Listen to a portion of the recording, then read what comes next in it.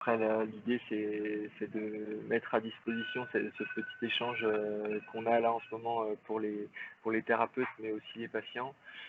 La difficulté, c'est qu'on a employé des termes un peu, enfin, Technique. on a employé un vocabulaire très, très particulier, très spécifique, qui fait que ce ne sera pas forcément compréhensif pour tous. Euh,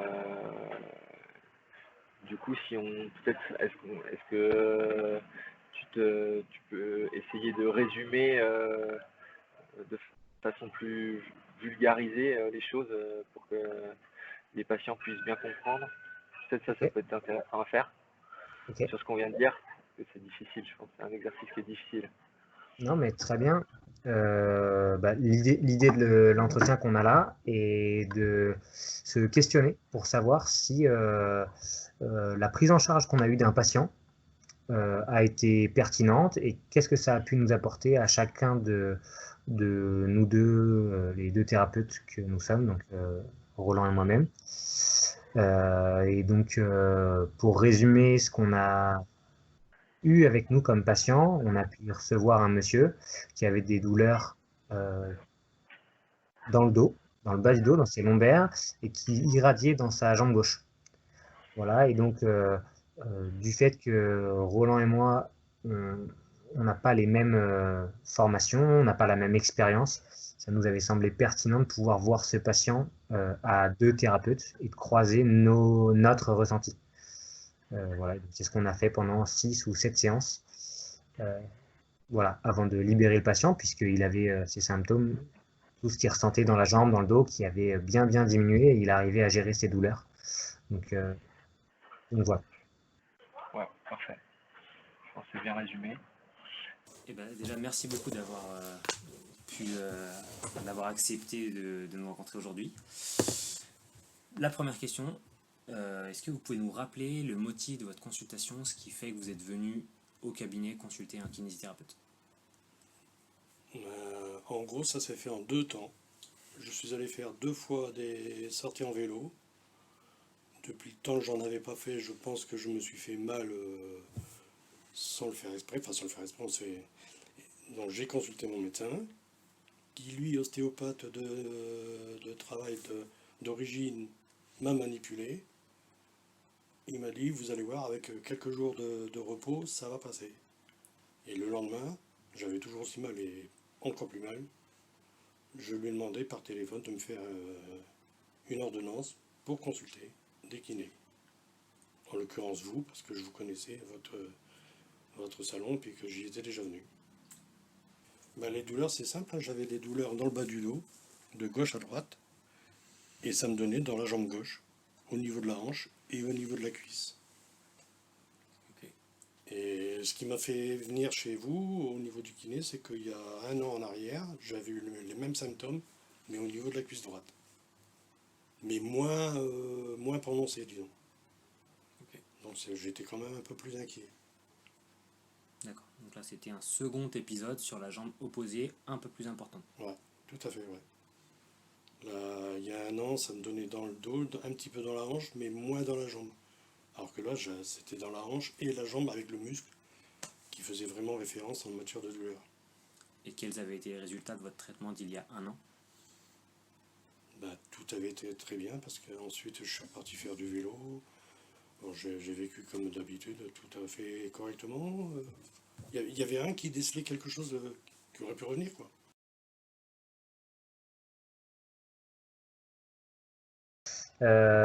Du coup, on a pris en charge un patient de manière conjointe, avec une forme un peu particulière où j'étais plutôt le thérapeute principal de la séance et où tu apportais tes commentaires et on croisait nos décisions pour ce qui était de la rééducation du patient qu'on a vu sur 6 ou 7 séances.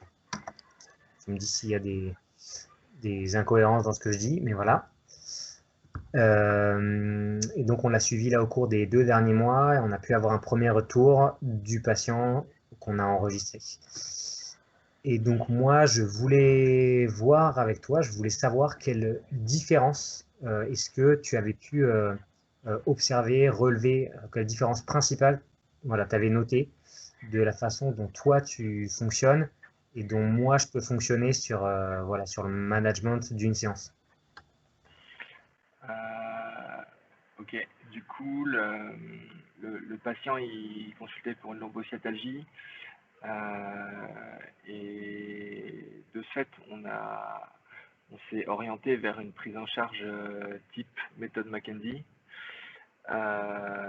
Et est-ce que toi, tu as apporté en plus que moi, je ne fais pas en général d'habitude, c'était en tous les cas ce questionnement par rapport à l'ajout d'exercices supplémentaires aux exercices qui nous avait permis de cibler ce qu'on appelle une préférence directionnelle. Donc un exercice qui en soi était censé réduire le dérangement lombaire. Donc là on parle avec des termes de la méthode McKenzie.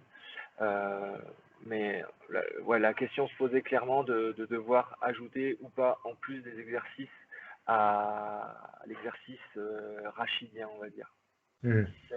Voilà, et je pense que, tu vois, avant de refaire l'enregistrement, la discussion, je me suis posé la question, je me suis dit, je pense que j'ai encore pas la réponse à l'heure actuelle. Je ne sais pas si la façon dont on a procédé est la meilleure. Je pense que j'ai certainement orienté le choix dans cette décision en justifiant le fait qu'on allait au maximum voir l'effet de l'exercice rachidien, et si jamais on s'apercevait qu'on était à un plateau ou qu'il nous manquait quelque chose par rapport aux attentes du patient, on allait pouvoir rajouter un exercice supplémentaire. Mais je ne suis pas persuadé intimement que ce soit la meilleure solution. Je me pose encore la question de savoir est-ce que finalement il aurait peut-être été plus pertinent d'ajouter des exercices directement de hanche, puisque le patient présentait des déficits moteurs de flexion de hanche. Voilà. Ok, merci. Et toi? Oui, dans la façon de procéder, moi, assez rapidement, je t'ai communiqué le fait que de toute façon, là, on se servait principalement effectivement d'une approche McKenzie que moi, je maîtrisais un peu moins et que du coup, moi, j'avais sans doute une approche plus locale en fait, moins reliée justement au phénomène rachidien, que je pouvais me servir du rachisme et qu'en premier lieu, un patient qui vient, moi, me consulter pour une douleur locale à la hanche, je réponds à son attente dans un premier lieu par de l'investigation autour de la zone la plus proche possible de sa douleur. Et donc oui, moi c'est sûr que j'aurais procédé différemment, mais du coup c'était hyper intéressant parce que moi ça m'ouvre de nouvelles portes. Mais voilà, moi je pense que dans la façon dont moi j'aurais procédé si j'avais été seul, j'aurais abordé et investigué toute la partie lombaire plus tard en fait dans la rééducation. Okay. Et pour différentes raisons. Déjà parce que on a l'épreuve scientifique de l'efficacité de l'exercice sur, plus on peut être proche de la zone douloureuse, plus on a une efficacité relevée comme étant efficace. Enfin, plus on a une efficacité élevée. Donc moi j'essaye de cibler de la stimulation la plus locale possible. Ça c'est souvent comme ça que je procède. Et l'autre raison, c'est parce que aussi moi j'ai la sensation que les patients finalement adhèrent mieux à des programmes d'exercice et de rééducation quand ils ont la sensation que ça touche directement ce pourquoi ils viennent. Et parfois, c'est plus simple de travailler une structure directement au niveau de la zone où ils ont mal, plutôt que de passer par sans doute quelque chose qui a vraiment beaucoup de sens au niveau diagnostic, mais qui est peut-être plus difficile pour le patient à comprendre dans un premier temps. Donc, il faut prendre du temps pour lui expliquer, et dans ce cas-là, il va forcément bien adhérer. Mais voilà, c'est peut-être aussi plus simple comme raisonnement pour le patient de se dire j'ai mal à tel endroit, je vais travailler tel endroit, et voyons si ça peut apporter de la modification sur mon corps. Et donc, voilà, souvent, moi, c'est la stratégie que j'adopte. C'était venu d'un questionnement sur le fonctionnement d'échange entre professionnels pour essayer de trouver un principe où tout le monde est à l'aise finalement et où tout le monde s'apporte mutuellement par rapport peut-être à d'autres méthodes qui vont être de l'observation directe sans qu'il y ait d'interaction entre les thérapeutes. Ouais. Donc ça, c'était le rappel sur le choix de cette prise de décision de fonctionner comme ça. Moi, je me questionne sur est-ce qu'on peut encore améliorer les choses à ce niveau-là pour encore augmenter déjà le bien-être de chaque thérapeute au sein de la séance, bien sûr celui du patient également, et finalement pouvoir intégrer d'autres thérapeutes, que ce soit dans notre cabinet ou dans des cabinets autres, ailleurs, avec d'autres, vraiment avec d'autres thérapeutes, parce que je pense que c'est ce qui à l'heure actuelle, moi, me freine en fait, c'est d'essayer de comprendre comment les gens fonctionnent, comment ils peuvent se sentir à l'aise pour qu'ils adhèrent avec ce genre d'échange un peu particulier. Je pense qu'il y a la façon dont dont l'enseignement a été vécu et évalué, jugé finalement. Moi, je passais le diplôme encore avec des MSP, des mises en situation professionnelle, où finalement on était évalué là-dessus. Donc c'était quand même une routine, un quotidien. C'était quand même un exercice difficile, hein, souvent. Parce que c'est un instant T où on doit être le plus performant possible, le meilleur possible, etc. Ça ouvre pas trop de portes à l'échange, cette forme d'examen, mais pour autant ça nous a entraîné, enfin je dis nous, les gens qui ont dû passer cet examen-là, à être avec d'autres personnes pendant une séance, quoi. Bien sûr. Je me pose la question de savoir si finalement, suite à la suppression des mises en situation professionnelle, les gens se sentent peut-être moins légitimes ou moins sereins parce qu'ils n'ont pas eu cette habitude-là d'être avec d'autres thérapeutes pendant une séance avec un patient, etc. Même si sur les lieux de stage, je pense qu'il y avait forcément de l'échange, etc. Mais comme c'est perçu comme un examen, j'imagine, et c'est pour ça que je voudrais trouver des autres formules, comme c'est perçu comme un examen, c'est ce qui, je pense, met la pression finalement à la fois au thérapeute qui est observé et à la fois à celui qui observe. Ouais. Donc moi, ma question, c'était comment améliorer encore plus les choses pour que chacun se sente mieux et que ce soit transférable à d'autres personnes, quoi. Tu vois.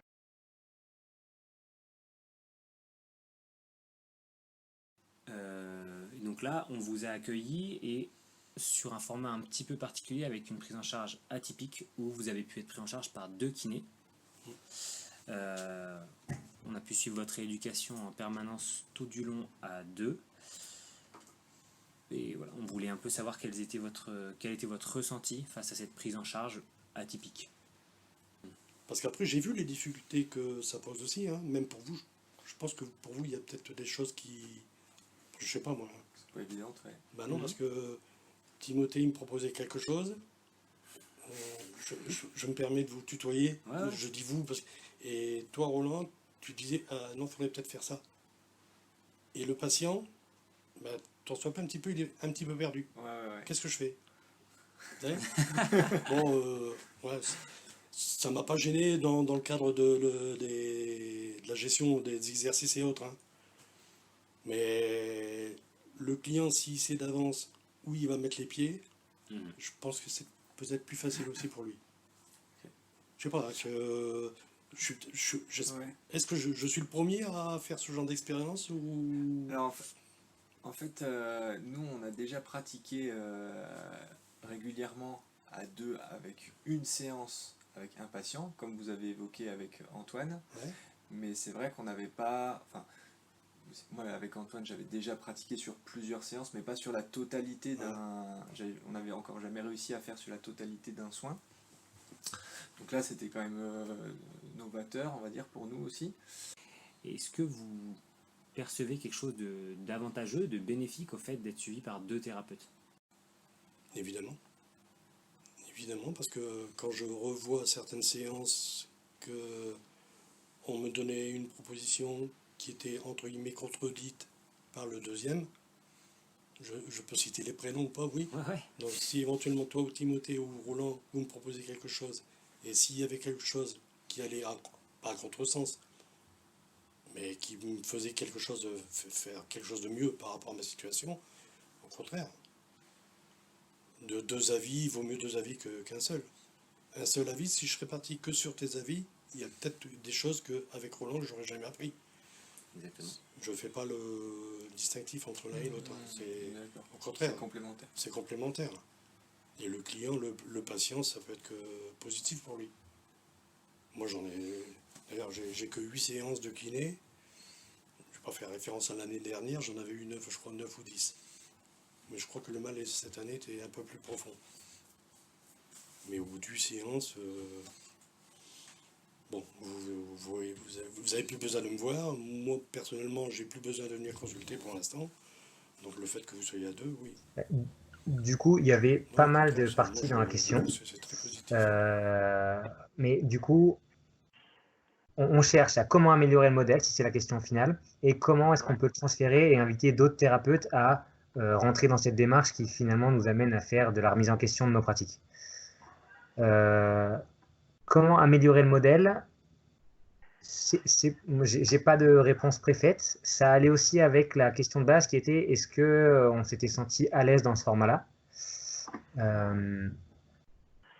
Effectivement, pour moi, ça a été quelque chose de plutôt très confortable que d'avoir de l'échange en direct. Et effectivement, peut-être que c'est aussi dû au fait que j'ai pas connu ce type de situation professionnelle, de mise en situation professionnelle comme étant étudiant. Et donc, c'est plus confortable d'avoir de l'échange direct plutôt que d'avoir une situation où on va être plutôt en situation d'observation ou d'observant.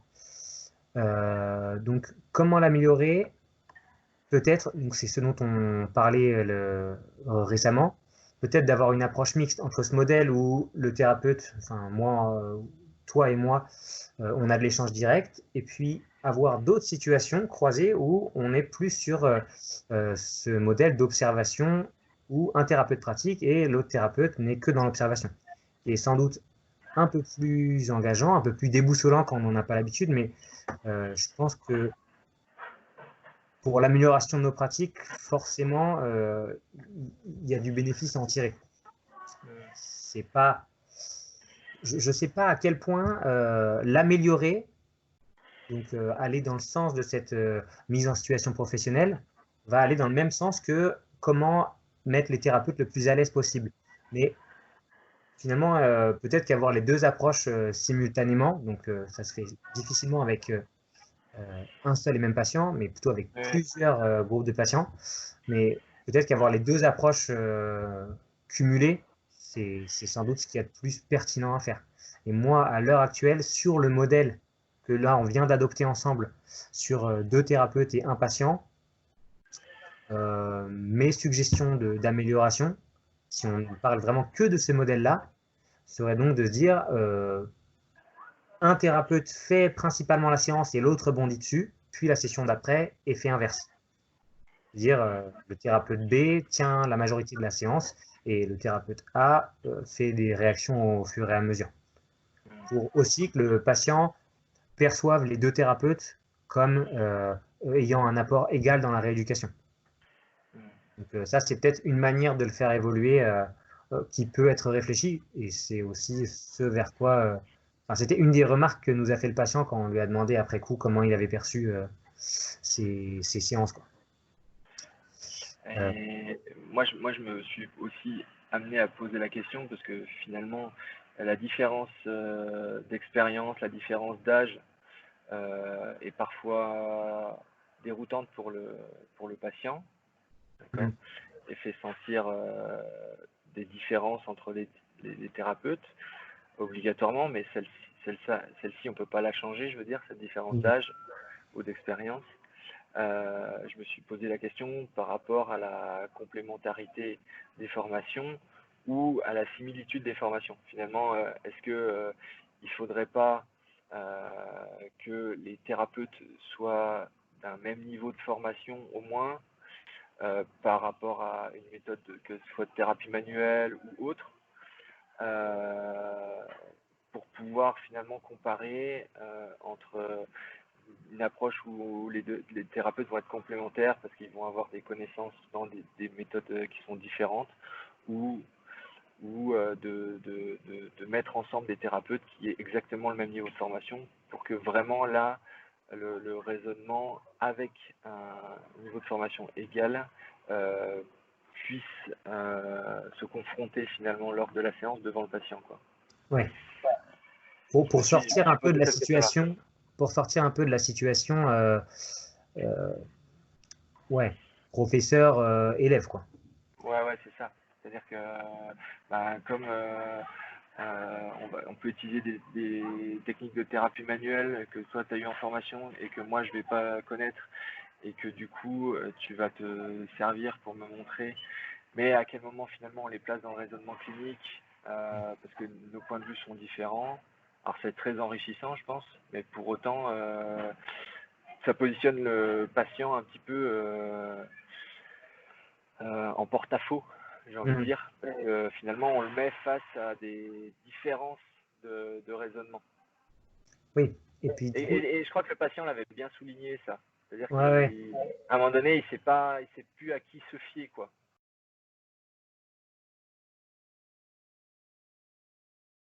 Mais du coup, notre dernière question, c'était quels avantages vous avez pu voir dans ce type de rééducation, et dans ce type d'approche, et ensuite quels inconvénients vous avez identifiés majeurs. Premier inconvénient, c'est que quand on écoute l'un, admettons j'écoute Timothée, si toi Roland tu étais à côté, puis que tu allais un peu pas dans le sens inverse, mais en complémentarité de ce que m'avait dit Timothée, ben, le patient il prend un petit peu de recul. Il ne sait pas exactement ce qu'il faut faire comme geste par rapport à ce qu'on lui a prédit ou Timothée ou Roland.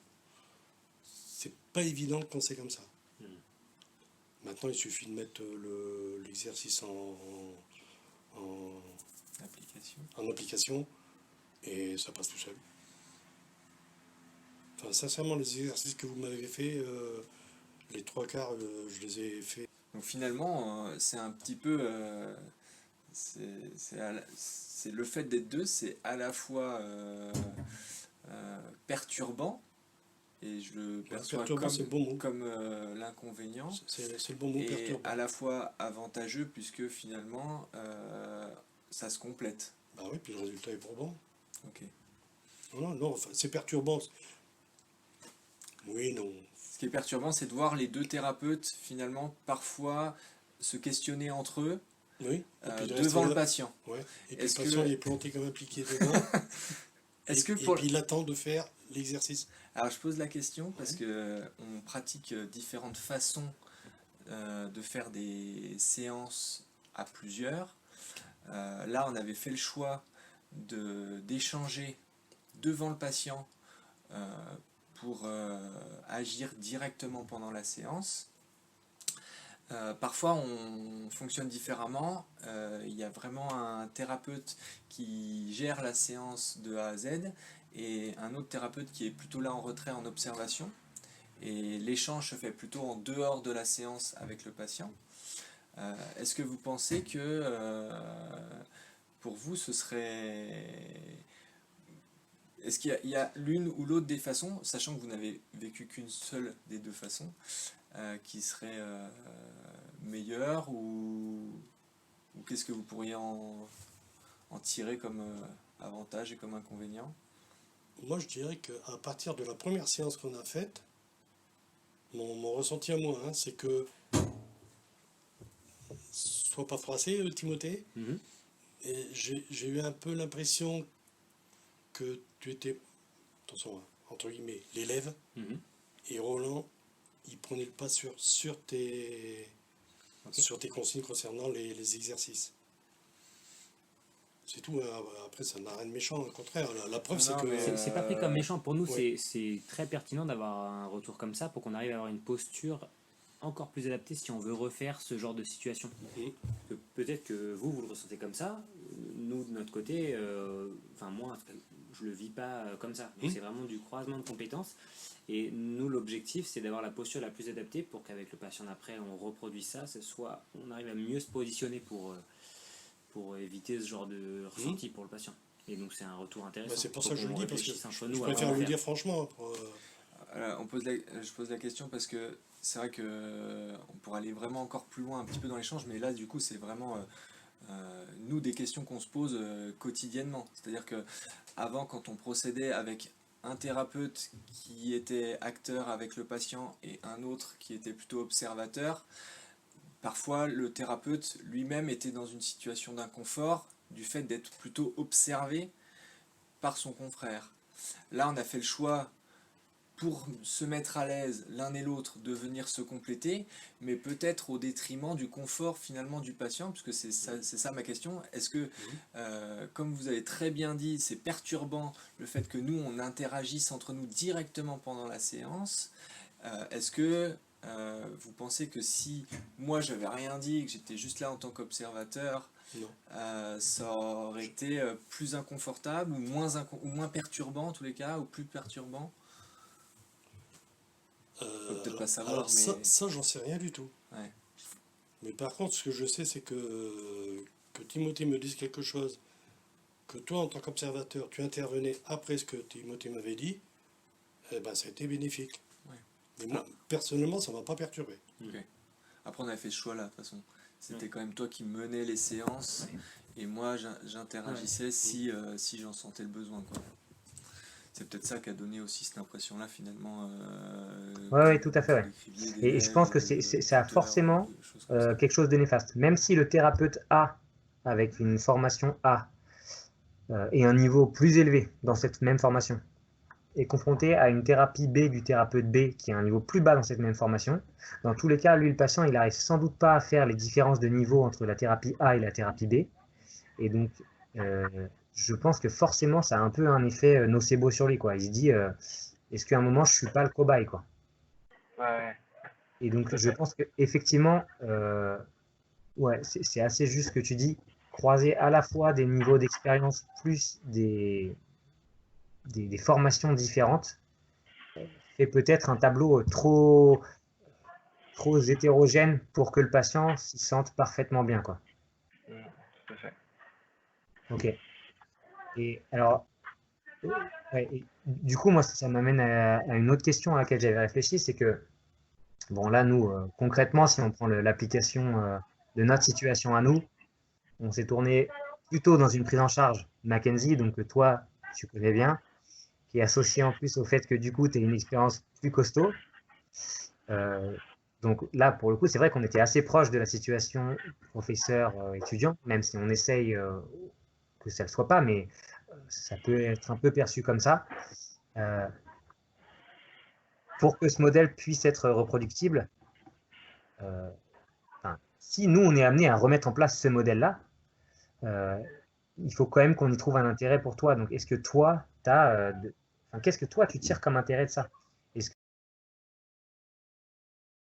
que toi, ça t'apporte quelque chose dans ta pratique, quoi? Que moi, c'est sûr et certain que moi, c'est très enrichissant. Mais est-ce que toi, quand même, t'en tires des choses? Si, bah comme je t'ai précisé juste avant, c'est très enrichissant en fait de partager une séance avec des gens qui ont des formations très différentes ou des points de vue très différents. Pour moi, finalement, me remettre un petit peu en question, tu vois, m'apporter des questionnements supplémentaires auxquels j'aurais peut-être pas pensé avant. Mais voilà, je répète, c'est que je pense que finalement, c'est ce que j'attends. En tout cas, c'est ce que j'espère. Mais je pense que c'est pas bon pour le patient parce que ça le met face à des questionnements qui seraient plutôt négatifs en tous les cas, tu vois. Comme tu dis, de se sentir un peu cobaye, etc. Ou finalement de l'incertitude du thérapeute par rapport à sa prise en charge, etc. Donc moi, ça m'apporte beaucoup d'être avec des gens qui m'apportent des choses nouvelles, en fait, finalement. Je pense que j'aurais toujours à apprendre d'une personne qui est certifiée en Mackenzie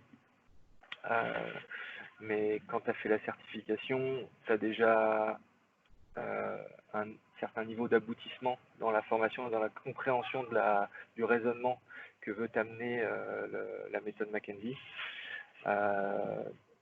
Que du coup, deux certifiés l'un avec l'autre, je pense que l'avancée est beaucoup moins importante que vis-à-vis d'une méthode complètement opposée, pas opposée, mais différente en tous les cas. D'accord. Donc voilà, moi c'est sûr que pour moi c'est très intéressant. Okay. Et puis même, je veux dire, après ça c'est valable pour tout le monde, mais d'être avec d'autres thérapeutes, forcément ça t'apporte des questionnements supplémentaires qui font que ça m'intéresse forcément. Ouais. Peut-être que finalement le thérapeute t'apporte pas directement une nouvelle technique ou une nouvelle manière de procéder toute faite, mais au moins tu te dis à quel point ça peut faire bouger ma pratique à moi. Enfin, qu'est-ce qu'il faut que j'aille revoir? Est-ce que ce qu'il fait c'est pertinent? Est-ce que je peux aller le vérifier si c'est pertinent? Ouais. C'est ce qui nous semble intéressant au sein du cabinet, c'est de pouvoir partager avec les autres, c'est de mettre en place un cabinet de groupe où on partage avec les autres les différentes expériences, les différentes formations pour avancer dans le raisonnement des diagnostics ou des traitements proposés aux patients, quoi. Et je pense que c'est c'est important qu'on arrive à le maintenir, en fait. Et là, actuellement, il se développe parce qu'on est de plus en plus nombreux au cabinet. Donc je pense que c'est important qu'on arrive à maintenir cette forme de routine finalement. Ouais. Une routine. La routine est un projet, plus qu'un état de fait. Voilà. À l'heure actuelle, c'est pas encore le quotidien. Mais on pousse à ce que ça. Il y a des choses qui sont mises en place régulièrement en tous les cas. Ouais, tout à fait, ouais. Tout à fait. Et que j'espère qu'ils vont se maintenir, parce que c'est hyper enrichissant. En tout cas, moi, c'est hyper enrichissant. Pour répondre à ta question, moi, je suis tout à fait pour obtenir cet échange qui, rien que par lui-même, rien que par cet échange-là, me fait avancer, quoi. Okay. Peu importe la posture que je vais avoir, qu'elle soit observée, observant ou thérapie mixte ou finalement sur des réunions professionnelles. Ouais, ok.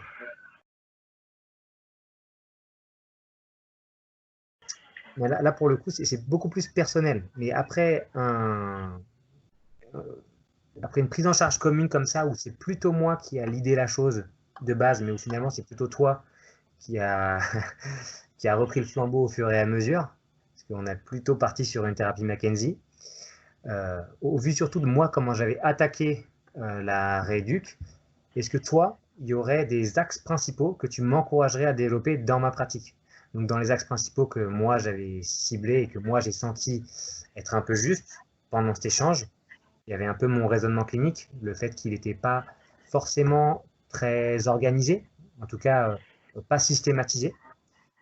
Ou bien est-ce que tu m'encouragerais plus à aller vers, je sais pas, plus de prise en compte des bases anatomiques, physiologiques, biologiques, ou est-ce que tu m'inviterais plus à développer je sais pas, de l'abord plus psychologique? Voilà. Est-ce que toi, il y a des choses que tu cibles comme étant, voilà, peut-être prioritaires dans les choses à développer?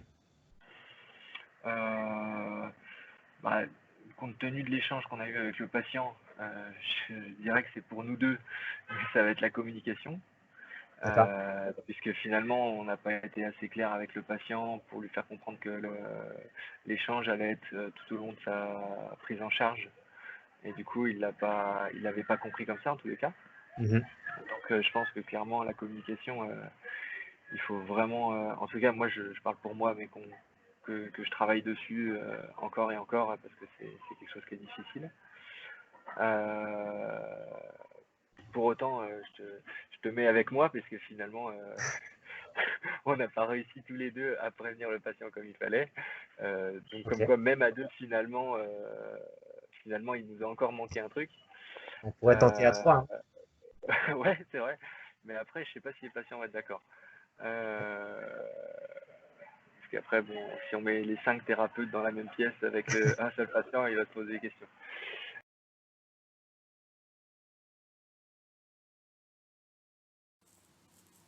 Si j'ai simplement un petit reproche à vous faire, c'est que quand c'est comme ça, on se retrouve comment dire, devant le fait accompli.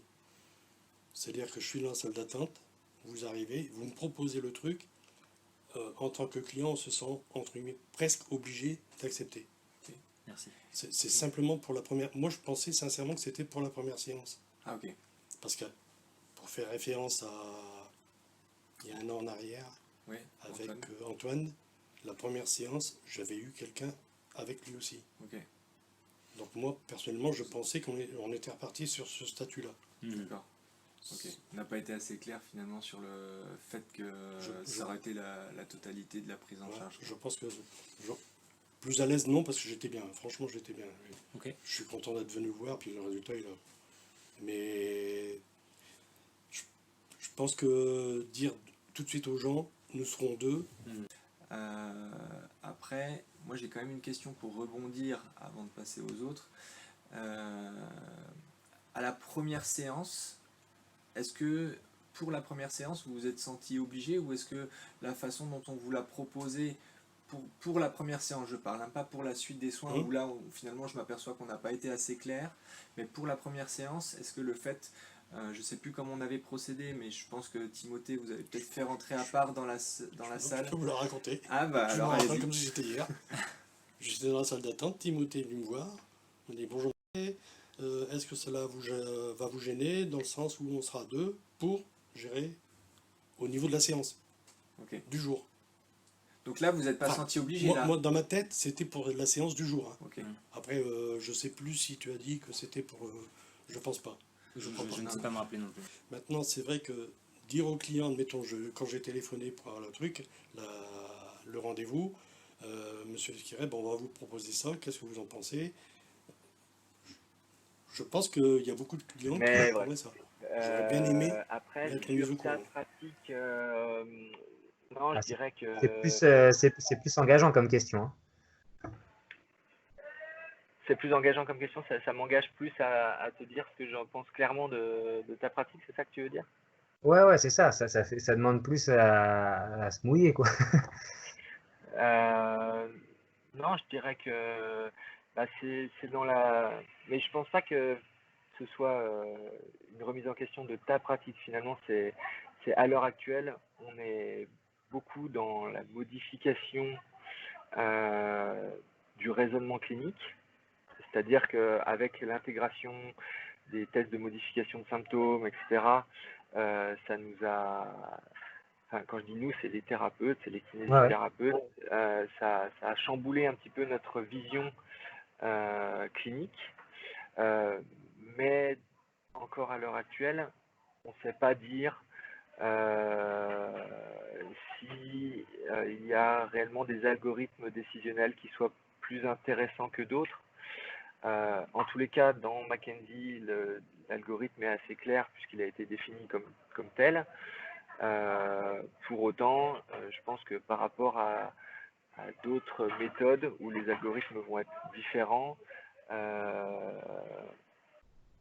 et ben finalement, lequel choisir, quoi, finalement, tu vois. Mm. Donc moi, c'est pas, moi, je t'invite à continuer à réfléchir, mais finalement, comme moi je le fais, à organiser finalement en effet le raisonnement clinique par rapport aux différents tests, aux différents marqueurs qu'on doit prendre et aux différents changements qu'on doit observer ou faire observer aux patients. Et à me les communiquer à partir du moment où tu sais que c'est mieux dans un sens ou dans l'autre, puisque finalement, moi, c'est ça que j'en attends, quoi. Ouais, bien sûr. C'est répondre à cette question-là aussi pour moi personnellement. Ok. Donc voilà, je dirais que c'est un peu ça. Après, non, sur le reste, j'ai pas grand-chose à dire. Très bien. Non, mais j'attendais un aspect principal. Donc, c'est très bien. Ça me permet de savoir vers où aller. Parfait. Et toi? Qu'est-ce que tu me conseilles pour moi? Ah, c'est pas facile. En posant la question, je me suis dit, zut, si la question m'est retournée, je sais pas bien quoi répondre. On peut peut-être faire pause sur la discussion Skype, parce que si j'ai besoin de 2-3 heures pour réfléchir. Après on peut ne pas répondre et puis réenregistrer à un autre moment, oui, c'est sûr. Ouais. Si c'est plus facile d'enchaîner avec une autre question et éventuellement d'y revenir, on peut faire ça aussi. Je garde bien en tête que pendant cet échange, une question n'a pas été répondue. Et si tu es d'accord, Roland, j'essaierai d'y cogiter pour pouvoir t'apporter une réponse, mais peut-être ultérieurement. Mais d'ailleurs, il peut y avoir plusieurs points. Hein. Oui, oui, tout à fait. Et pas qu'une chose. Oui, oui, très bien. Mais je me note en tous les cas, pour moi, que la communication, c'est très important. Ok. Et je pense que pour le patient, ça aurait été préférable là, sur ce coup-là. Et moi, surtout, ce qui m'a embêté après coup, c'est de me dire, il n'y a que à la fin et qu'une fois qu'on lui a proposé cette interview, ce qu'on ne fait jamais avec Ouais. aucun patient, qu'il a osé nous dire, bah, depuis la 2e ou 3e séance, il y avait quelque chose de pas idéal dans la communication, quoi. Et pour autant, c'est pas ressenti. nous, on n'a pas réussi à le cerner, quoi. Déjà, Ouais. de base, on l'a pas forcément hyper bien accueilli, de ce qu'on a compris. Mais en plus, derrière, on n'a pas réussi à se sentir, quoi, que ça n'avait pas été idéal pour lui. Donc, Ouais. Donc la perception est aussi à développer, quoi. ouais. Il y a la communication de base qui finalement est plus facile à gérer parce que le premier jour, quand tu reçois quelqu'un, finalement, tu peux assez facilement dérouler, quoi. Tu peux assez facilement mettre en place des habitudes de communication qui te permettent, toi, d'être à l'aise et que le patient le soit. Mais je pense qu'il y a, du coup, là, le second aspect que moi, je voyais pas, mais il y a pendant le traitement, quoi. Où là, pour le coup, il y a plus de répondants de tac au tac et où là, forcément pas été optimal, quoi. Ok. Bon, ben, merci beaucoup en tout cas, Ouais. Timothée, pour l'exercice. Je sais que c'est pas forcément toujours évident, mais je pense que en tous les cas, c'est hyper enrichissant pour moi d'avoir quelqu'un au cabinet pour le faire. Ok. Voilà, j'espère que les autres pourront aussi en profiter, que ce soit avec toi ou entre eux, ou avec moi bien sûr. Et voilà, donc je te remercie pour ça parce que c'était vraiment cool comme échange en tous les cas. Et bah, top. Et puis, j'espère que je vais réussir à adhérer de plus en plus à la démarche. Mais j'y vois plein de positifs, donc je vais y adhérer de plus en plus doucement. C'est une Ouais. certitude. Ok. Bon, bah, Et merci pour tout. bah,